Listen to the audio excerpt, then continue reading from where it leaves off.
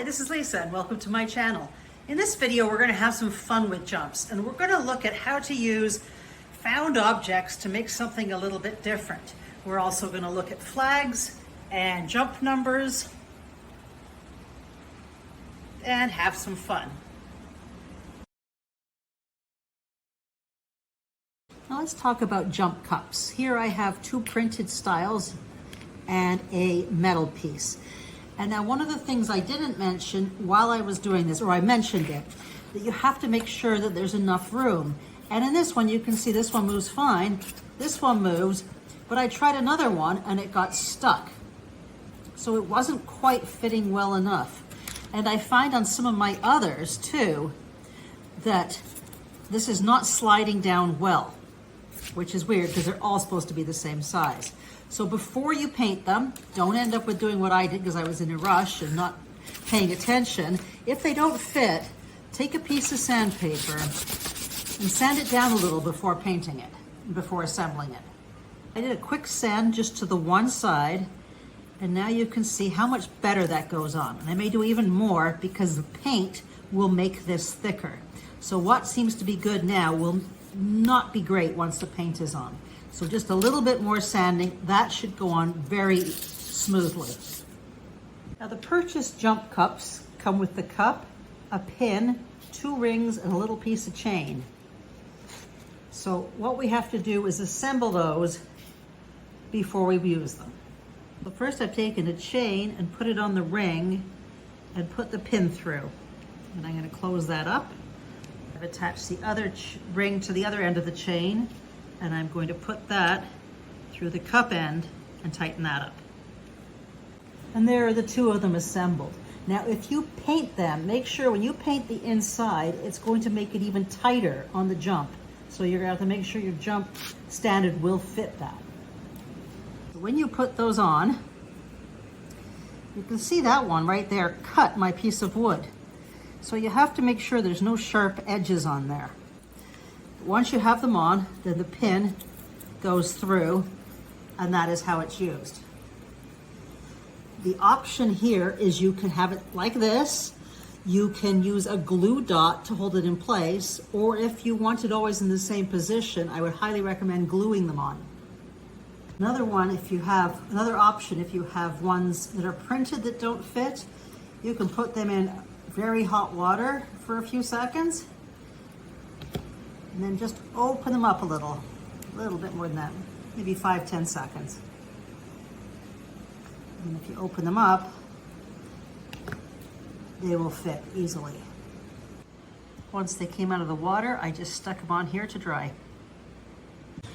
Now, using what we've learned in the lattice jump, I have taken the full 12-inch post, and I'm using one of these heavier, larger ones with the rustic look.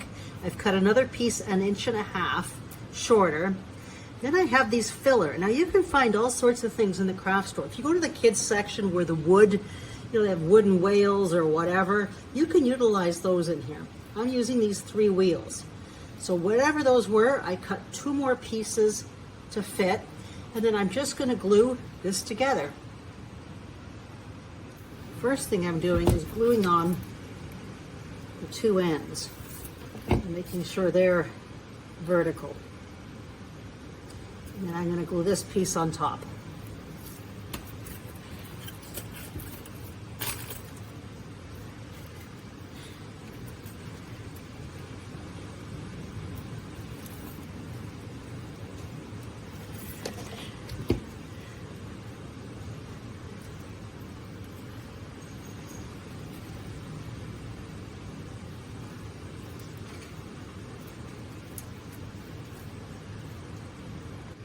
So I did this down, make sure I got this all square first, and then I'm going to glue in the filler. To make sure I get this right, I'm centering them where I want them, putting the center mark on all the pieces where they touch, and then I'll know where to apply the glue when I do one at a time. And I could just apply it on the inside here.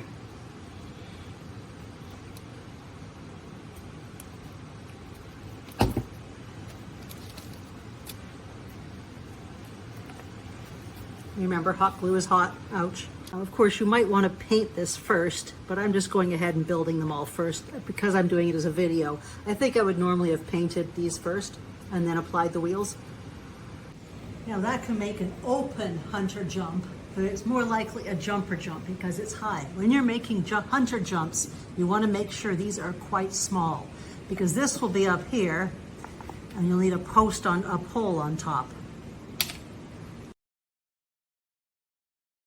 For another fun jump, when I was at Breyers this year, I picked this up, and I will link the company that sells these. Now, I haven't seen them online, but they do it every year at Breyers, and you can pick out letters. So the first thing I'm going to do is paint my letters. These things go on top of the letters. If you want to paint those too before assembly. So with these, once they're dry, I'm going to center them. Just push them around on the bottom, and the bottom one is the narrow. The top one is the longer one. So once I have them adjusted, I can apply some glue inside the top one and place it on. Once that's dry, I can pull off the bottom one, apply some glue and put them on. And then they provide these little elastic bands to hold them in place while they dry. Make sure you don't have too much glue in there. I'm just going to put it around, remove any extra before I place it on top. I'm going to carefully, making sure I have about equal overlap on both sides, bring my letters up inside.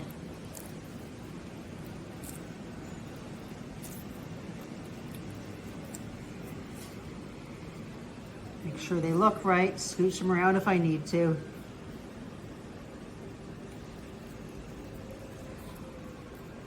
And let that dry long enough so that you can remove that to do the bottom one. And there's my first piece.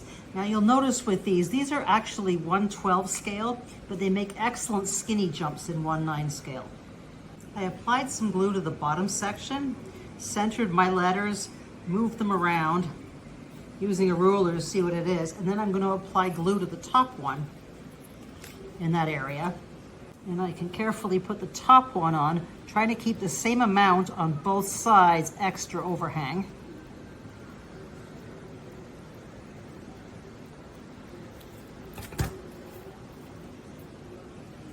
I'm going to take my elastic bands and put them on.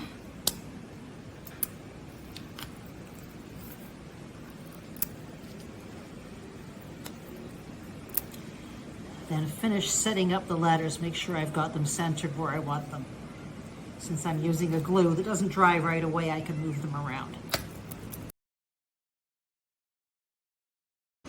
Now let's take a look at building a wall.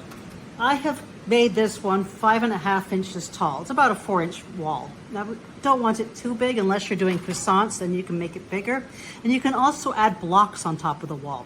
So I've cut 2 pieces. They're both a foot long, and a little piece that goes on top, and that was about 2 millimeters long, or 3/4 of an inch. And then I've cut 2 pieces like this so that they can go here. Just zoom out on that, so that they can go here. And let's sew it glued together. Again, for this one, we're using a hot glue gun. And what I'm going to do is apply the glue right along the edge, enough there, and then place this on. And that should be flush with the top and flush with the sides and flush with the bottom. And over the other side, the same thing. So that's what we've got so far. Now I'm going to apply glue along here and place the other piece on top. Now I'm going to take glue all the way along the top, right around, and put this thin strip on top. There's my basic wall. Now I can get paper bricks. These are the ones they do for architectural buildings or doll houses, or fabric. And I'm going to use this fabric. Now I've cut a piece of fabric just more than the width of the jump and more than long enough to go all the way around. Now with some Mod Podge, and I'd recommend matte, not gloss, but that's all I have, so I'm going to spray it later. I am going to apply it to the board. Once I have the one surface done, You've got to carefully line up so the bricks look like they're at the bottom. And glue that down. I'm going to apply glue to the other side and the top and finish gluing it on. Make sure the bottom line is even as well. Now there is a fabric Mod Podge, which is probably preferable, but I will use what I have access to. And then I'm going to take a thin layer and put it on the surface of the fabric. And then let it dry. And you could cut off the excess in the bottom, turning the last little bit under.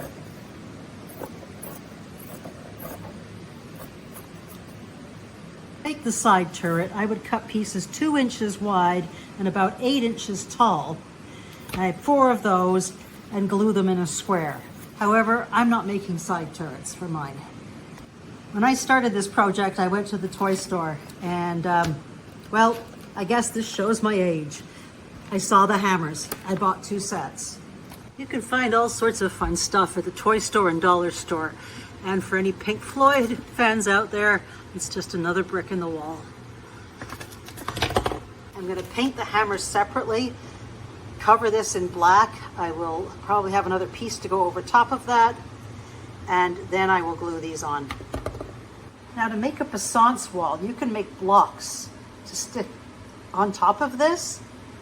And for the sides, normally these are big square towers, often with flowers sitting on top. And they're also covered with the same brick. As I'm not putting the normal pillars around this wall, I am just going to trace this onto a piece of wood. And I'm just using balsa wood for this. Once I have those cut out, I'm going to test that those fit. I'm going to paint these or cover them in brick and glue those on. Now again, you can build separate side pillars for these. As well as putting these on, I have primed the kids' toys so that I can paint them, and they're going to look a little more professional that way as opposed to kids' toys, hopefully. And here it's done, finished, painted up in assembly. And for fun, I also added the logo. And this could be used in an old-time rock and roll themed horse show or something fun like that. Again, this is just for my personal collection, so I had fun with this. Now, I'm going to make a Liverpool, and what I'm going to do is cut out a piece of wood, or in this case melamine. It's 9 inches by 4 inches for a traditional jump. It needs to fit inside the width of the poles. In real life, these can't be any wider than 2 meters. However, we're doing a 1 meter one, which is what is usually used for most cases. Now I've cut some 1/4 inch strips of balsa wood. These are 3 millimeter thick, and I'm going to cut them long enough to go along the edges, on piece, along the edge here, along the edge here, and then 2 pieces to go in between those. Now I'm going to glue these end pieces just to the edge. I'm going to glue these little side pieces in between along the edge. And there is my water tray. Now, I have found some blue bags. These are just simple garbage bags. You can find anything with that bright blue color. Now, if I look at this on top, I can see the different colors below. So if I prime all this underneath white, it's going to give me a nicer blue showing through. Once this is dried, you can see I didn't do a really good job of painting it. That way, when I put this on, it kind of gives it a little texture inside. So all I need to do is apply some glue and glue this down, gluing it underneath. And I'm going to trim this so that it's just to size, so that when it glues, it's about this much underneath. You're applying the glue, make sure you get into the cracks so you get the shape of this wood. And I'm just going to do the top first and then glue the sides after. As you're applying it, you want to get right in there so that you see the lines around here. And a little bit of texture is fine. From the side, you can see it's quite textured. Next, I'm going to apply glue around here and just to the edge and finish rolling this plastic over. Fold it around here and all the way around. Very simple. Now there's the back so far. Now I'm just going to trim off any extras at the corners and glue that down as well. Make sure that's nice and flat. And there's the Liverpool. That doesn't need any painting, that one's done.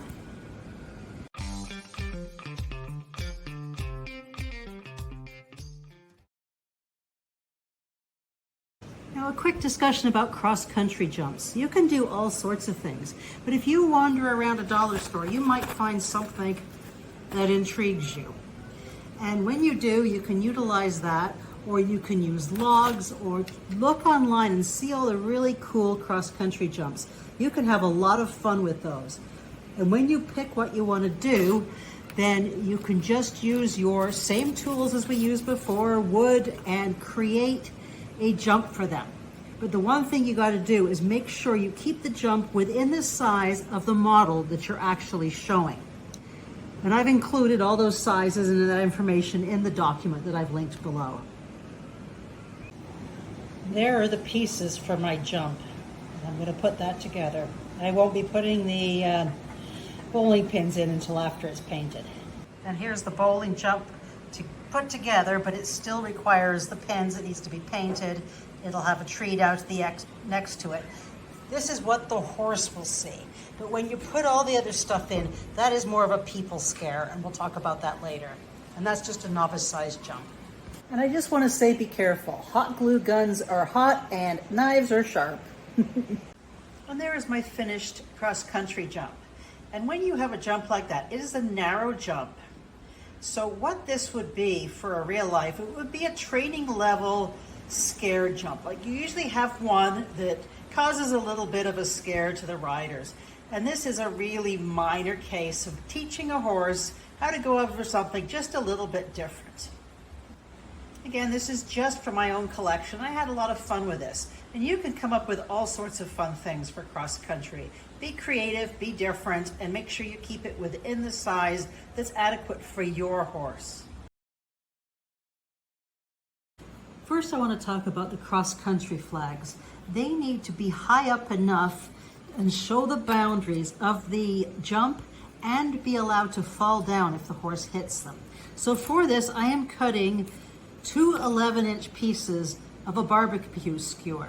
This skewer measures about 4 millimeters outside diameter. Now there's two flag styles, either a basic triangle or this flag shape. Now, I find this is more durable in the hobby. This is more likely to break off, so I'm going to use those. If you're working with plastic, this works fine. You can cut your flag out of plastic or wood any way you want. One way that I find simple to do is I have a wide craft stick. I'm going to stick it in my miter box and go to 45-degree angle. And I'm going to cut that on a 45-degree angle. Once I've got that cut, I'm going to flip it over. My first side, I'm going to put it in the other direction so that when I cut it again on a 45-degree angle, it is ending at the same place so that it looks something like that. Then I'm going to measure out how far I would like that. So I'm guessing about an inch long total, and then I'm going to cut that straight across. I have that cut out. I'm just going to sand it. Now I have two pieces and two posts. I am then going to glue that onto the top of the two posts. I also cut two more pieces of the popsicle stick, just under 3/4 of an inch, and I'm going to use those for the numbers. Now, after one of the other videos, somebody mentioned about using a glue gun, and I completely agree. Glue guns can be awful, they can be a mess. However, this Gorilla glue gun has worked wonderfully for me. I have actually thrown out all my others, but this one with the glue sticks that come with it. And on one of them, I'm going to stick, which would be the right-hand side, the red one, I am going to parallel and below, stick these on. A little space in between them.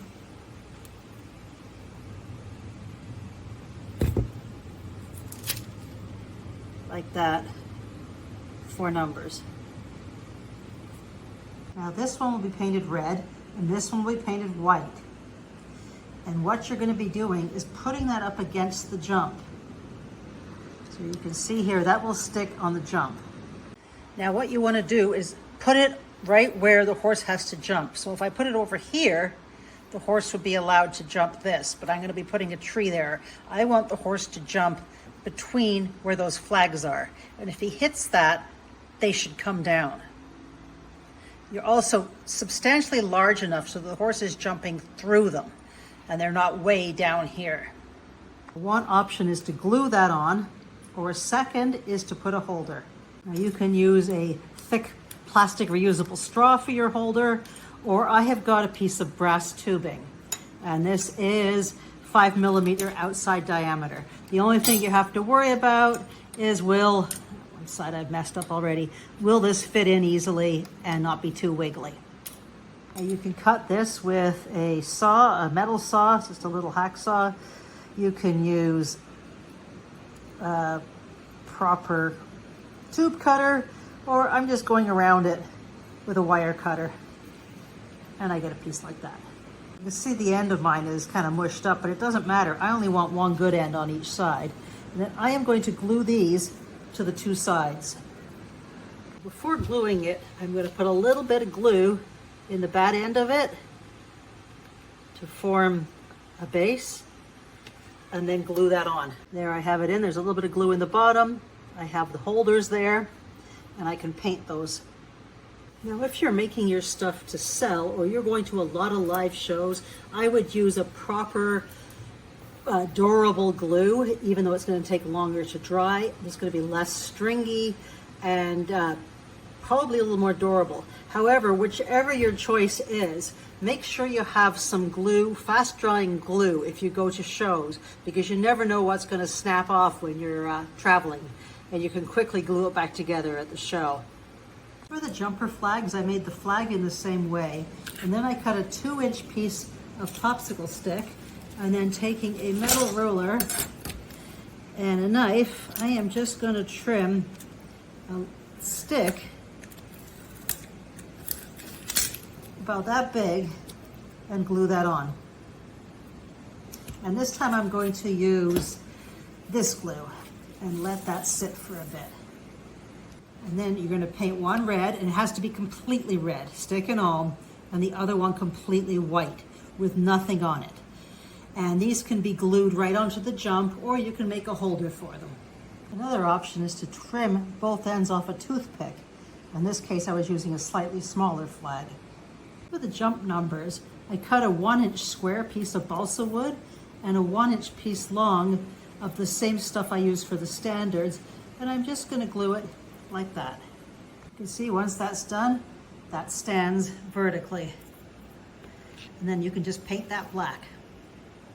If instead you want your number not completely vertical, you can cut a 1-inch long piece of popsicle stick and glue that so that it forms a bit of an angle so the number leans back a bit. For the numbers and letters, I used paint.net and Word and then printed them out, and I'm going to cut those out. Once I have the numbers printed out, I am going to glue them on. And cross country can have a number or a number and a letter. So if there's 3 parts, it would be A, B, and C. And there we go. We have 3 different types of flags, 1 for cross country and 2 for jumper, and 2 number sets. And you can see these are bigger, and this would be for a larger type of jump. It depends on what you prefer. I kind of like this small one, because what we can do now is we can put a hole in the end of the standard, so down here, to hold the flag when you want it, and you can trim that more if you'd like. Depending on your wood, you can drill a hole, or you can just take a pin. In this case, I've just taken a toothpick and put a hole in there. This way, when you go to slide your jump cups on, you won't have the flag in the way. And for the jumper jump, you can see the right flag is on the right side and it faces the right, and the left one is white, it faces the left, and the horse must jump between those. So wherever you put that is where that horse has to go through. There are boundary lines. Now, unlike the other jump where I want it to be temporary, these I glued on permanently, and I have painted with black acrylic a little line to make it look like there's a holder. So when you see it from the front, the horse must jump between those flags and not over the hammers. And here I've added in the number. It should not be in the way. It should be just to the right, like that. Now I'm going to take a look at the cross-country jump. That flag is too high. I would want that finishing somewhere around the height of the neck with the horse going over the jump. So he would be about here. So I want to take a couple inches, maybe 1.5 inches off that, and we'll try it again. And you can see the difference now that I've cut 2 inches off it. However, if this was a higher jump, you'd need bigger numbers. So if I take Tommy away, it looks a little more in scale. And as this is a skinny jump, drop Tommy here. As this is a skinny jump, they'll look higher, but you have to leave room for the horse to go through. So that is a skinny jump with this number, and that is now good for cross country. And you'll notice again, the flags are pointing out. Red is on the right, white is on the left. Now with the jumps we've talked about, you can mix and match. And with the little measuring stick, you can see how high this is in both feet or meters. And this one is about 4'4". So that would not be for a nice quiet quarter horse. You'd need that for a real jumper. Now here is the skinny jump. You can see with the words in it. Now one thing you never do is leave cups without anything on it. And if you have fences like this, you must have a pole on top. Also, I've just put this through quickly and I'm using a pin, which you don't do. You never have a piece sticking out where the horse could hurt itself on. Now, if you're doing something like this, you want to make sure that you have enough poles. You can't just have one top pole. You should have some filler for the horse. And for the water tray, it can't be any further back. It must either be underneath here to the start or this way, it under here. You can't have it in front or way behind. You should either have it in the middle or somewhere within so that if it still falls below these poles. Ignoring my extra cups, something like this is only used in schooling. You do not use that in a proper jumper. There's too much air between here and it's too hard for the horse to figure out the takeoff line. So you would not use that in a jumper class. And if you're doing a plank jump, you do not need a pole on top, but you have to have space between the planks so that the jumps can be knocked down by the horse. And that is all we're working with the jumps. I hope you enjoyed this, and if you want to show me any of yours, please pop a picture in my Facebook group. Thanks for joining me, and please check out these next videos.